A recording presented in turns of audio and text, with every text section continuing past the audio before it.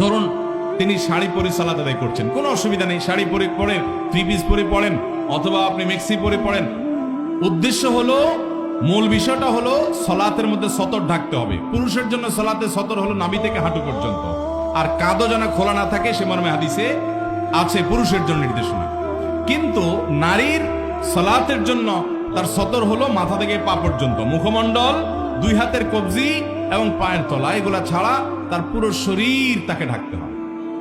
এখন যদি শুধুমাত্র একটা শাড়ি পরে মাথার উপরে ওড়না টেনে দেয়, অথবা একটা সাধারণ ওড়না পরে কোন রকম টেনে দেয়, তাহলে গলা, তারপরে চুল, চুলের বড় অংশ, তারপরে মাথার কপালের উপর দিককার চুল, তারপরে এদিককার আশেপাশের অংশ, এগুলো দেখা যাবে কি যাবে না?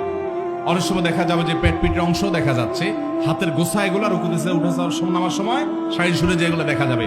তো এগুলো যদি পুরো নামাজে খোলা থাকে তাহলে নামাজ হবে না।